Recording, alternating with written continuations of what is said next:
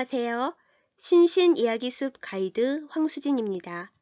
이번 기독교 요리조리 시간에는 기독교의 가장 큰 기념일로 지켜지지만 동시에 실제 기독교와는 아무 상관없는 기념일이라는 비판을 동시에 받는 성탄절, 크리스마스에 관련된 이야기를 나누어 보려 합니다.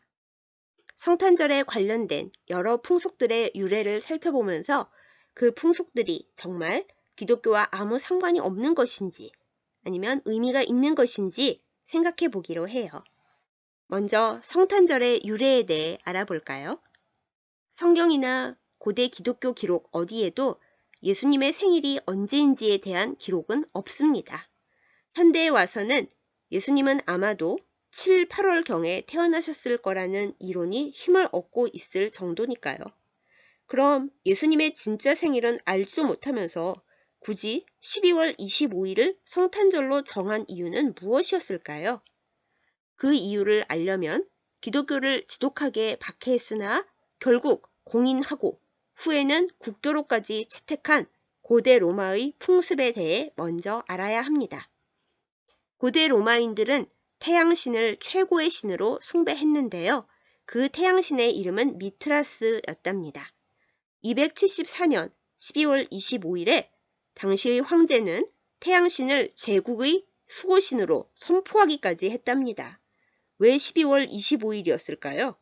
로마의 태양신 신봉자들은 태양이 북쪽 하늘로 되돌아가기 시작한다는 동짓날에 디에스 나탈리스 솔리스 인빅티 무적 태양의 탄생일을 기념했는데 그 동짓날이 당시에 사용하던 율리우스력으로 12월 25일이었거든요.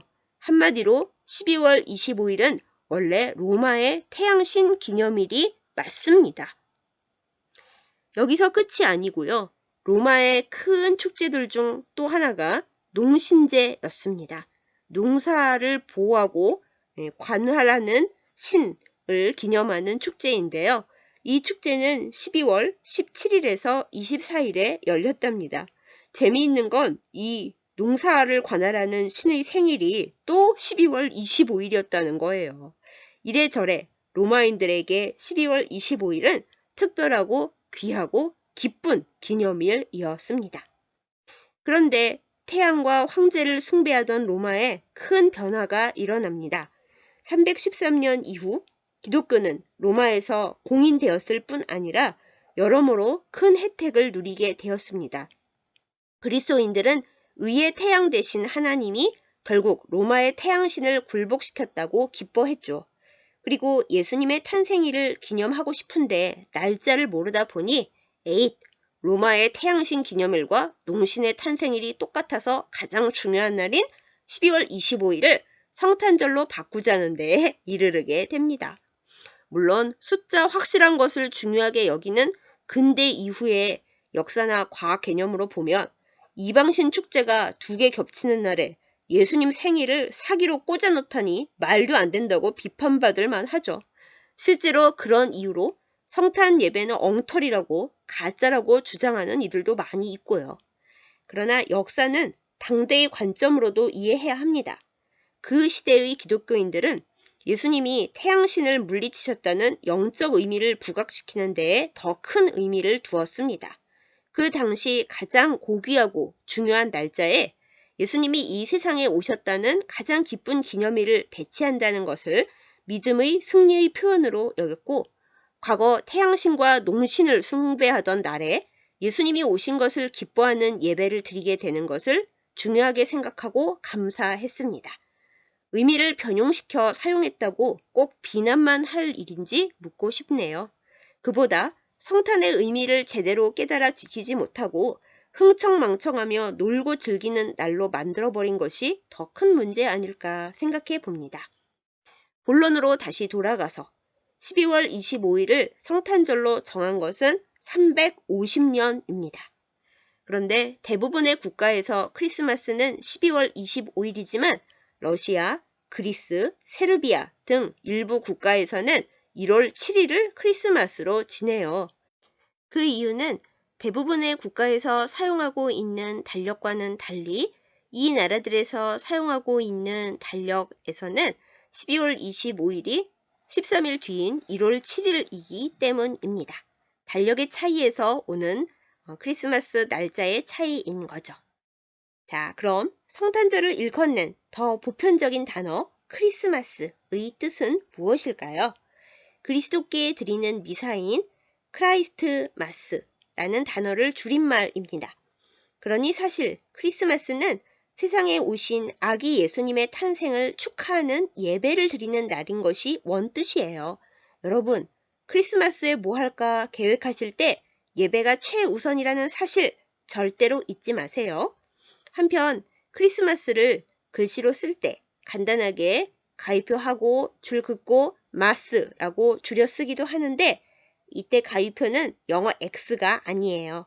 가위표는 그리스도를 뜻하는 그리스어인 크리스토스의 머리 글자를 딴 것으로 그리스어 알파벳 이름으로는 크시입니다. 크 소리도 나고 시 소리도 나는 독특한 글자이지요. 여담으로 코로나 변이 바이러스 명칭을 붙일 때 그리스어 알파벳을 사용하고 있는데요. 오미크론의 원래 예상 이름은 순서에 따라 누 혹은 크시가 될 예정이었답니다. 그런데 누는 새로운이라는 의미의 영어 new와 비슷하고 그 다음 차례인 크시는 예수님이 아닌 어떤 특정인을 떠올리게 할 수 있다는 이유로 건너뛰어서 오미크론이 된 거예요. 까딱했으면 2021년 크리스마스에 온 세계는 코로나 변이 크시 타령을 했을 수도 있었답니다. 네, 이건 여담이고요. 제가 하고 싶은 말은 줄여서 써도 읽는 것은 크리스마스가 맞지 엑스마스가 아니라는 거예요.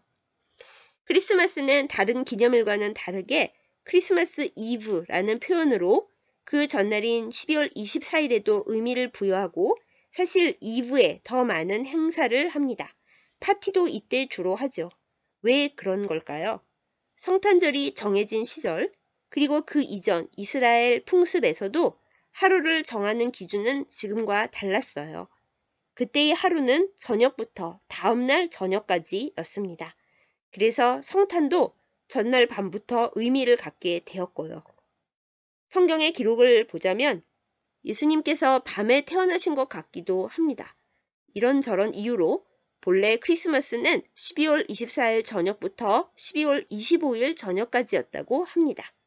자, 그럼 이제 성탄절 주변 검색어로 나아가 보겠습니다. 먼저 크리스마스 트리입니다. 크리스마스 트리에 대해서는 여러 가지 가설이 있어요.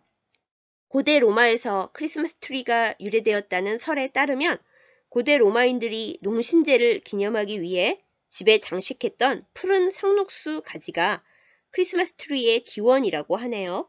그렇게 보면 트리도 로마 농신제의 부산물이라고 볼 수도 있겠습니다. 그러나 이보다 정설로 받아들여지고 있는 이야기는 종교개혁자 마르틴 루터와 관련되어 있답니다. 루터는 크리스마스 전날 밤 별빛 아래 상록수가 서 있는 모습에 큰 감명을 받았다고 합니다. 끝이 뾰족한 상록수가 마치 하늘에 계신 하나님께로 향하는 것으로 보여서 상록수를 거실에 세우고 거기에 별과 촛불을 매달아서 장식을 했는데 바로 여기에서부터 크리스마스 트리가 유래되었다는 이야기예요. 실제로 크리스마스 트리가 대중화된 것은 1841년 영국 빅토리아 여왕의 남편인 알버트 공에 의해 영국에 소개되면서부터였다고 합니다. 번쩍번쩍하는 금속 조각과 장식물과 촛불을 사용하는 독일식 장식 방법을 소개한 이후에 크리스마스 트리의 인기가 크게 상승해서 대중화되었대요.